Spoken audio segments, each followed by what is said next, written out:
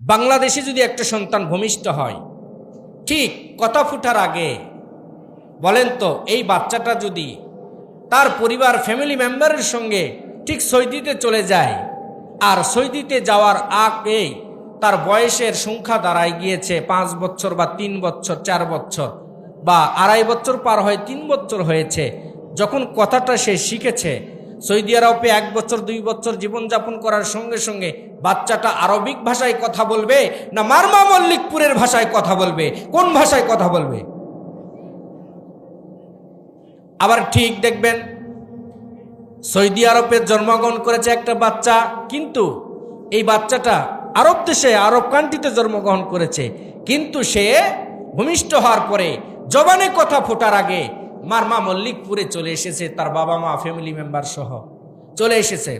এখানে তার আস্তে আস্তে বেড়ে ওঠা, আস্তে আস্তে তার প্রত্যেকটা ফিটনেস তৈরি হচ্ছে, এখন সে কথা বলতে পারবে। ঠিক 1 বছর 2 বছর এই ছোট্ট বাচ্চাটা মারমা মল্লিকপুরে জীবনযাপন করেছে। আস্তে আস্তে বলেন তো বাংলাদেশের এই ভাষায়, তার মায়ের মাতৃভাষাতে, আমাদের আঞ্চলিক ভাষায় কথা বলবে না আরব ভাষায় কথা বলবে? যদিও এই বাচ্চাটা কনসেপ্ট হয়েছে আরব দেশে, কিন্তু মারমা মল্লিকপুরে আপনি আমার বাচ্চাটা বেড়ে ওঠার কারণে তার আঞ্চলিক ভাষা কথার যে ল্যাঙ্গুয়েজগুলো সবগুলো হবে আমার বাংলা ভাষায়। কেন এটার পার্থক্য হলো এই সম্পর্কে আপনাদেরকে কথা বলতে চাই প্রিয় ভাইয়ের আমার।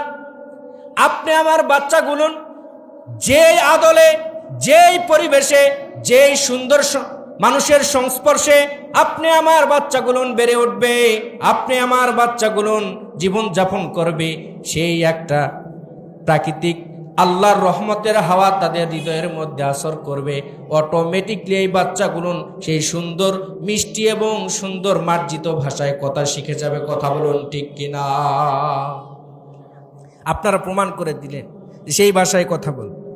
আমাদের বাচ্চাগুলোকে মাদ্রাসাগুলোতে আমরা কিন্তু বাচ্চাদেরকে এমনভাবে আমরা ট্রেনিং প্রাপ্ত করাই, এমনভাবে শিখাই, কিন্তু বাচ্চাগুলো বাসায় গিয়ে দেখে তার মা নামাজ পড়ে না, তার দাদা চাষটুলে বসে চা খায়, বিড়ি খায় আর ফটকাবাজি গল্প করে, বাবা নামাজ পড়ে না, মা টিভি সিরিয়াল দেখে, মা ইন্টারনেট ফেসবুক ঘাটে। এই বাচ্চাটা তার মার থেকে একটু শাসনপ্রাপ্ত হওয়ার কথা, মার একটু তার পার্সোনাল সাপোর্ট পাওয়ার কথা। মা যদি নামাজে দাঁড়ায় যায়, এই বাচ্চাটা শিক্ষাঙ্গন থেকে যতই গত হয় বাসায় ফিরুক না কেন, বাসায় যদি দায় দেখে মাগরিবের সালাত মা আদায় করতেছে, বাচ্চা কখনো ওই সময়টাতে কখনো কোনো গুনার কাজে লিপ্ত থাকতে পারে না। কথা বলুন যুবক ভাইরা ঠিক কিনা? আজকালকার আমাদের সমাজে বাচ্চা কোথায় গেল, কি করলো, কি করতেছে, এটা কোনো দেখার বিষয় নাই। বাবা মা কেমন ভাষায় কথা বলে এই জিনিসটাকে ছোট্ট কোমল মতি হৃদয়ের বাচ্চাগুলো ফলো করে।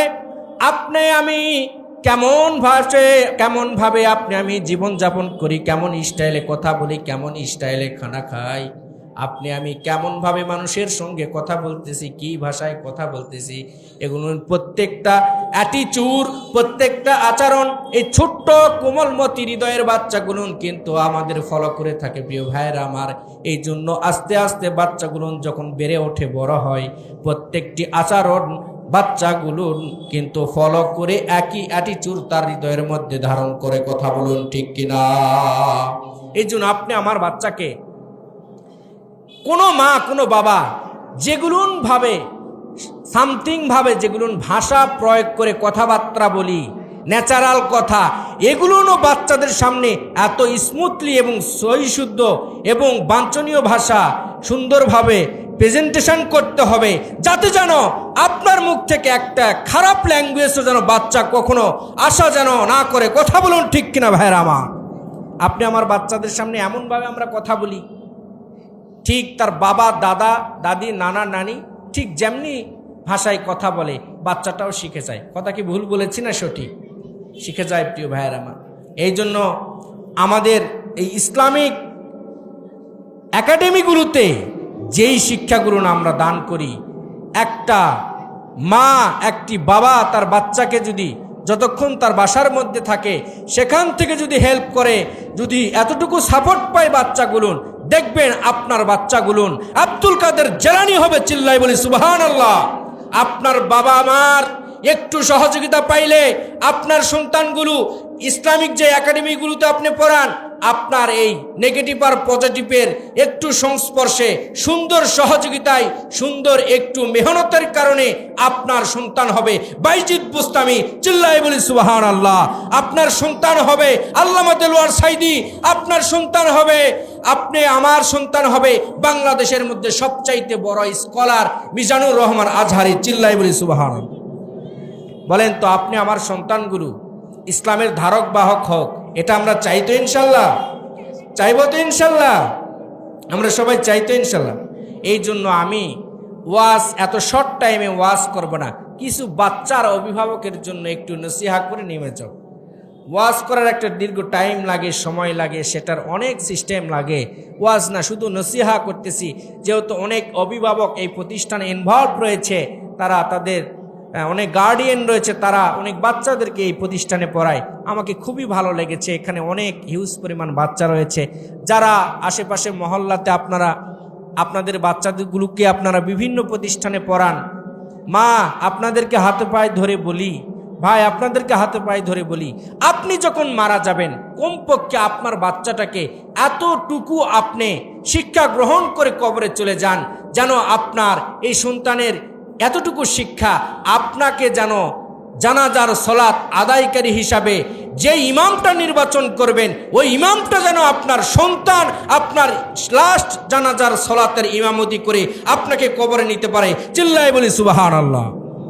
আর আপনাদের মেয়েগুলোকে কিছু না হলে এতটুকু ইসলামিক জ্ঞান দিবেন, কখনো দুনিয়াতে কখনো পথভ্রষ্ট হয় মেয়ের জন্য বাবা এবং মাকে যেন জাহান্নামে না যেতে হয়। কথা বলুন ঠিক কিনা? আমরা রাজি আছি তো ইনশাল্লাহ? আমরা সবাই রাজি আছি তো ইনশাল্লাহ? আমরা আমাদের সন্তানগুলোকে আমরা ইসলামিক শিক্ষায় গড়ে তুলবো। রাজি আছি তো ইনশাল্লাহ প্রিয় ভাইয়েরা আমার? ইনশাল্লাহ। এলাকার মানুষগুলোকে আমি সাধুবাদ জানাই যে আপনারা এত সুন্দর একজন মানুষের আহ্বানে তাকে হেল্প করে এত সুন্দর আয়োজন আপনারা করেছেন। আমাকে অনেক আনন্দিত লেগেছে, ভালো লেগেছে। আজকের এই আয়োজনটা যেন অনেক সুন্দর হয়, অনেক বিউটিফুল হয়। আল্লাহ যেন আমাদেরকে এই প্রোগ্রামকে, আমাদের এই মেহনতকে কবুল করে নেন। সকল আল্লাহুম্মা আমিন।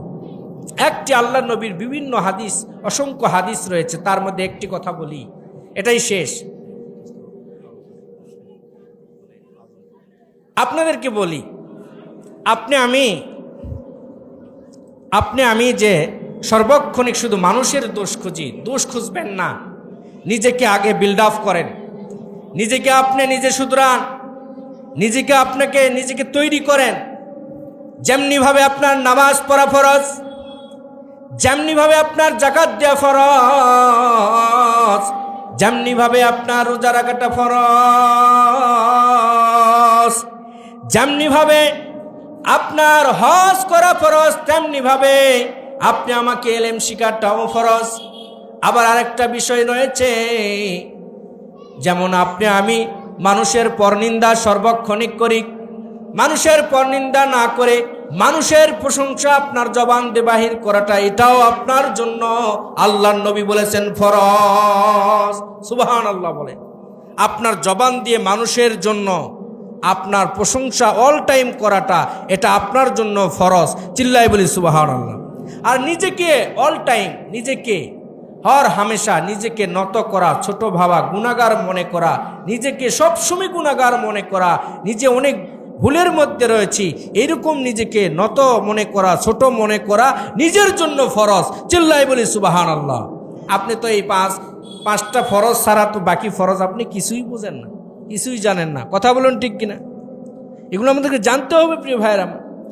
মুরব্বীরা আমরা তো একটু যদি সময় পাই, আমরা চাষটলে বসে, বিভিন্ন মোড়ে বসে আমরা ইউক্রেন রাশিয়ার সমাধান দিয়ে দেই। কথা বলুন ঠিক কিনা? কিন্তু আপনি জানেন না, আপনি কবরের কিনারায় দাঁড়ায় আছেন, শুধুমাত্র হুকুম হবে, সবেমাত্র আপনাকে কয়েক সেকেন্ডের, কয়েক মিনিটের ব্যবধানে আপনাকে ওই অন্ধকার কবরে ঢুকতে হবে। কথা বলুন ঠিক কিনা ভাইয়েরা আমার? এই জন্য যারা গার্ডিয়ান রয়েছেন, সর্বপ্রথমে কথাটা বলেছি, যারা অভিভাবক রয়েছেন, মা বোনদেরকে আমি বলবো, আপনার সন্তানের সামনে কখনোই আপনি বাঞ্ছনীয় ভাষা ছাড়া, নেগেটিভ ভাষায় কথা বলা যাবে না। তাদেরকে আপনি তুমি সুন্দর ভাষা ছাড়া কোনো ভাষা ল্যাঙ্গুয়েজ তাদের সামনে ব্যবহার করা যাবে না। আপনার বাচ্চার সামনে কখনো স্বামী স্ত্রী গন্ডগোল লাগা যাবে না। আপনার বাচ্চার সামনে নামাজের ওয়াক্ত হবে, মা চাই নামাজে দাঁড়ায় যাবে, নামাজের ওয়াক্ত হবে, বাবা চাই নামাজে দাঁড়ায় যাবে, নামাজের ওয়াক্ত হবে, এরকম কোরআন তেলাওয়াতের ওয়াক্ত হবে, মা কোরআন তেলাওয়াত করবে। দেখবেন আপনার সন্তানটা কখনো ওই টাইমে, যেই টাইমে মা কোরআন তেলাওয়াত করে, কখনোই কোনো সন্তান এই বেউসুরিভাবে টিভি দেখতে পারে না, মোবাইলটা চালাইতে পারে না। কথা বলুন ঠিক কিনা যুবক ভাইরা আমার? এই আমল মায়েদের মধ্যে নেই বিদায় আমাদের সন্তান নেককার হচ্ছে না। কথা বলুন ঠিক কিনা? মাদেরকে বলি, বাইজিদ বুস্তামের জীবনী পড়ে দেখবেন তাদের মার কেমন অ্যাটিটিউড ছিল। আপনি শেখ ফরিদউদ্দিন তার জীবনী পড়ে দেখবেন, এদের অ্যাটিটিউড দেখবেন। আব্দুল কাদের জেলানির জীবনী পড়ে দেখবেন। আপনারা তো এগুলো পড়েন না। পৃথিবীর সমস্ত পড়া আর সমস্ত ফায়দার জিনিস মনে হয় ঢুকে আসে ফেসবুক ইন্টারনেটে। কথা বলুন ঠিক কিনা? এখন ফেসবুক ইন্টারনেটে আমাদের একটা সংসদ হয়ে গিয়েছে, সব কিছুর সমাধান সেখান থেকে পেয়ে যায়। নো, এগুলো করবেন না। আল্লাহ তাআলা আমাদেরকে সবাইকে এগুলো বুঝার তৌফিক দান করুন, সকল আল্লাহুম্মা আমিন। সুপ্রিয় মারমা মল্লিকপুরবাসী, আপনাদেরকে বলতে চাই, আপনারা কি বিরক্ত হচ্ছেন? আপনারা বিরক্ত হচ্ছেন? কথা কি আর 5 মিনিট শোনা যাবে? শোনা যাবে? আজকালকার জামানায় যে মা বোন এত দেখতেছি, এত মা বোনদের ভিড়, এত ডিস্টার্ব, এনারা তো মাহফিল অনেকে শুনতে আসে না, সবাইকে বলতেছি না।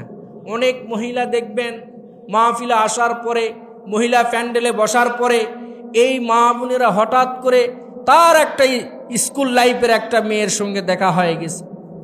ও বু, তোর আবার সোল হয়েছে?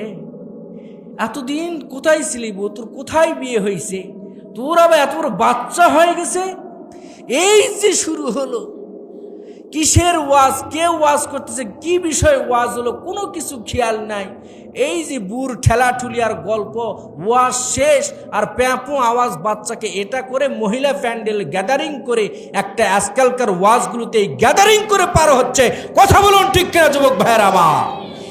এই ইসলামিক কথাগুলো এক একটা পয়েন্ট যদি কোনো মা বোনেরা যদি এগুলো হৃদয় ধারণ করে বাসা পর্যন্ত নিয়ে গিয়ে আমলের মধ্যে নিতে পারে, ছোট ছোট এই মাহফিলের আয়োজনগুলোর থেকে এলাকাবাসীর সমস্ত মা বোনরা হেদায়েতপ্রাপ্ত হয়ে যাবে। কথা বলুন ঠিক কিনা যুবক ভাইয়েরা আমার? কিন্তু নেই এগুলো, মুরব্বীদের মধ্যে আমল নেই।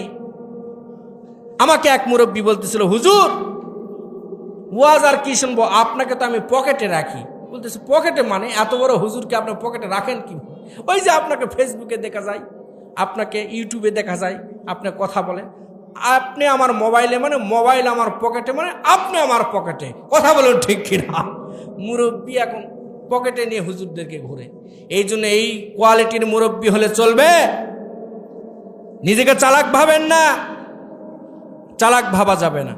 নিজেকে অল টাইম আপনি নত করবেন, নিজের লাইফটাকে তৈরি করবেন, তাহলে আল্লাহ রাব্বুল আলামিন আপনার মর্যাদাকে বৃদ্ধি করে দিবে। চিল্লায় বলে সুবহানাল্লাহ।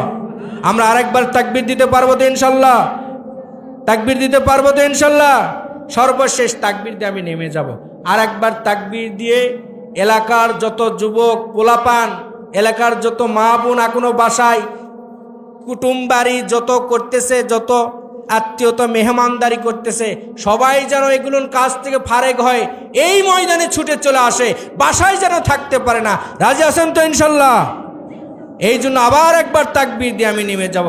লিল্লাহে তাকবীর। আল কোরআনের আলো, কোরআন হাদিসের আলো, আল হাদিসের আলো, কোরআন হাদিসের আলো। নারে তাকবীর, নারে তাকবীর।